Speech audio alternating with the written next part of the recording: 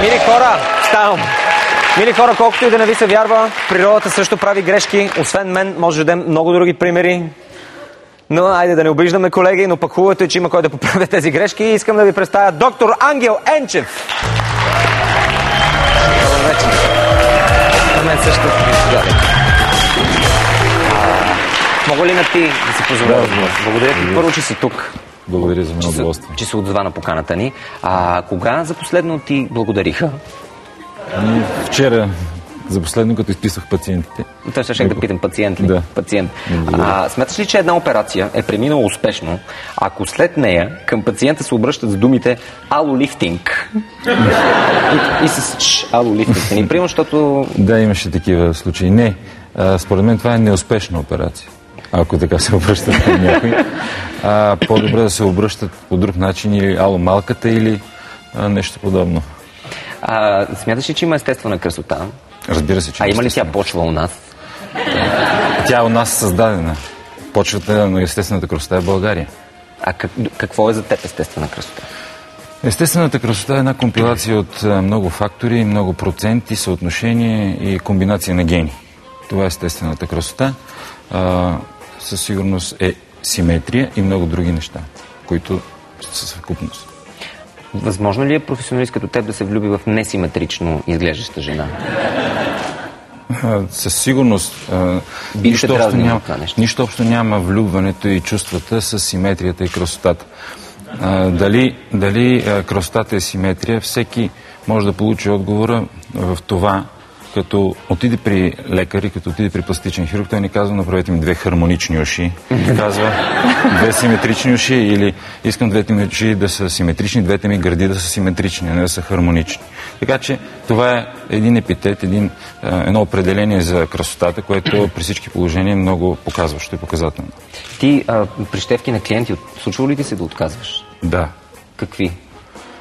Когато мисля, че няма нужда от някаква интервенция, отказваме, тъй като явно тогава пациента не е добре със себе си, за да иска нещо, което не е реално. Ще ли да питам какво имаш предвид? Да. Нереални изисквания, които дори да ги постигнат, той пак няма да е доволен. Този пациент пак няма да е пациент или пациентът няма да е доволен. В много случаи жени, които искат прекалено голям бюст, мъж, който иска прекалено голям пенис и така нататък. Какво последно си отказал, помниш ли? Не помня. За моя радост не са чак толкова много пациентите с нереални изисквания.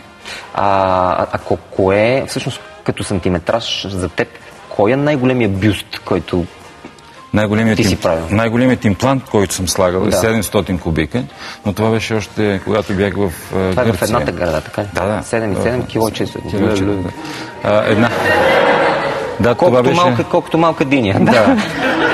Колкото средно малка диня, да. Това беше една пациентка от Англия, която подмени своите импланти, които бяха 500 кубика, с такива, които си направила по поръчка, 700 кубика. От тогава, за моя радост, пак не ми се е случвало. Това ли било най-фрапиращия случай? Най-фрапиращия случай на прекалено големи изисквания на нещо, което е нереално, да. Това е за тези гърди. Да, според мен е нереално. И сега, ако ми се бъда подложен на същия въпрос или същия казус, бих отказал. Колегите ми са много убедени, че е модерно поставянето на гастрален пръстен с цел отслабване. То не е модерно, това просто е техника, която много отдавна се практикува, някъде от около 20-25 години. Какво е това? Може да го разясниш набързо. Това се поставя, за да не гастралният пръстен, да, гастралният пръстен е силиконов пръстен, който е с клапа, свързана с в подкожието поставен хидравлична система, която при увеличаване на апетита се стеснява този пръстен и по този начин се намалява количеството на обема на поеманата храна. Да. Добре, случва ли ти се мъж да подари на любимата си гастрален вместо годежен пръстен? Не ми се случва. Ще почнахме с фрапиращите неща, поне да ги приключим. Не ми се случва такова нещо. Би ли го изпълнил, ако... Разбира се, ако има нужда. Ако има нужда. Ако има индикация, разбира се. Искам да ти пуснем един клип. Да. Искам да ти пуснем. И после да кажеш дали те ласкаят такива неща. Okay. Но няма как без да видиш клипа. Да. Папки, пепелашки, кой размер са вашите чашки?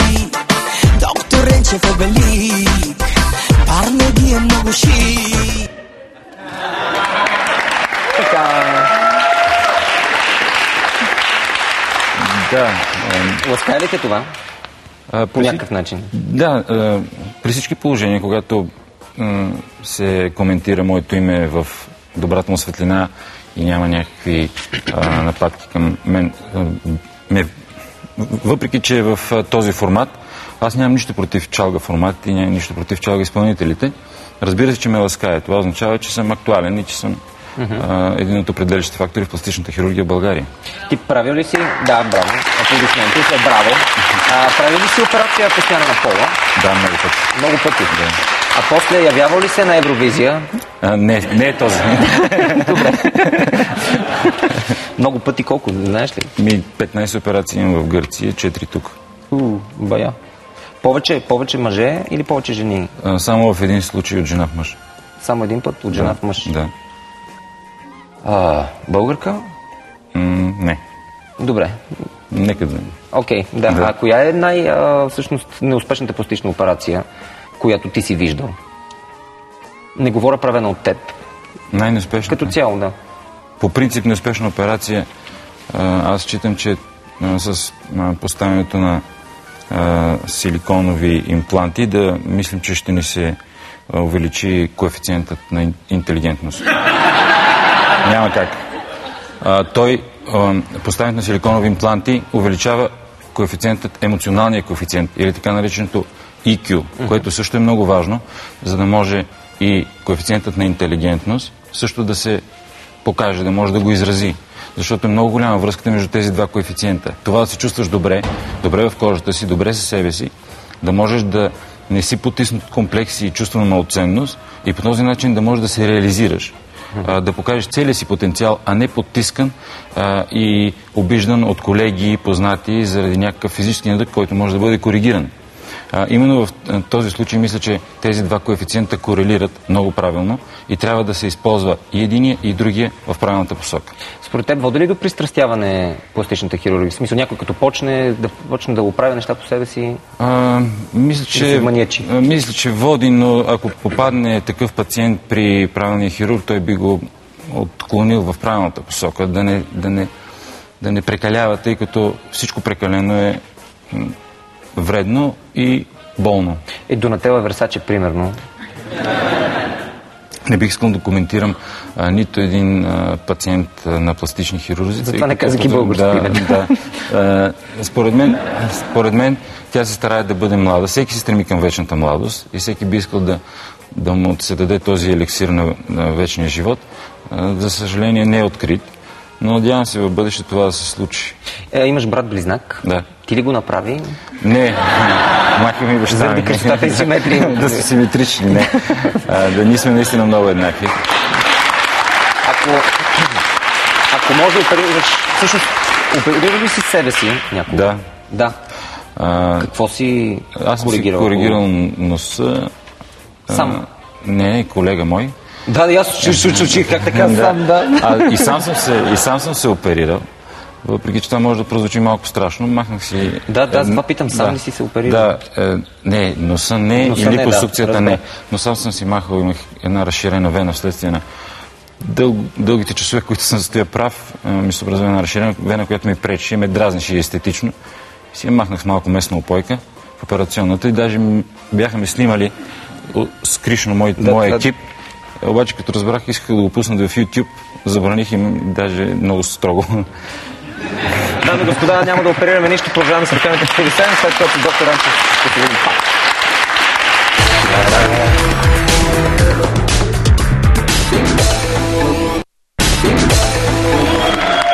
Дами и господа, на гостиния доктор Ангел Енчев. Изключително за мен весел и много поучителен разговор се получи. Ти носиш нещо, моля те, кажи какво е това, освен книгата, естествено.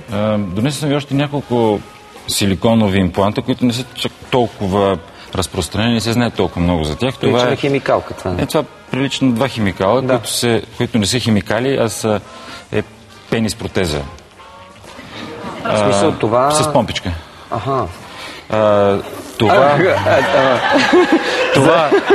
Това се слага. Исках да питам, за щупен пенис ли се Не. слага пенис протеза? Пенис протезите се слагат на пациенти, които нямат своя ерекция. Всъщност то не е весело. Не е весел. При пациенти, които са с захарен диабет, при пациенти, които са с неврологични заболявания. И не се слагат при пациенти, които са с малък пенис. Да. Както се счита от много хора и широко разпространено понятие и мнение, че когато се сложат импланти, пениса може да порасне. Има друга техника хирургична, която е за удължаване на пенис, но не е тази. А другото нещо? Другото е за това, за което говорихме преди малко, гастралният пръстен, Да. който става и за годежен, но за малко по-дебели пръсти. И именно за това, ако става на такъв пръст, значи има индикация. За годеж Ясно. и за пръстен. А това нещо се поставя в организма? Това става около стомаха. Ясно. И последното прекрасно бижу. И последното бижу не е изумруден камък и не е диамант, това е тестис силиконов, който също... Един брой, да.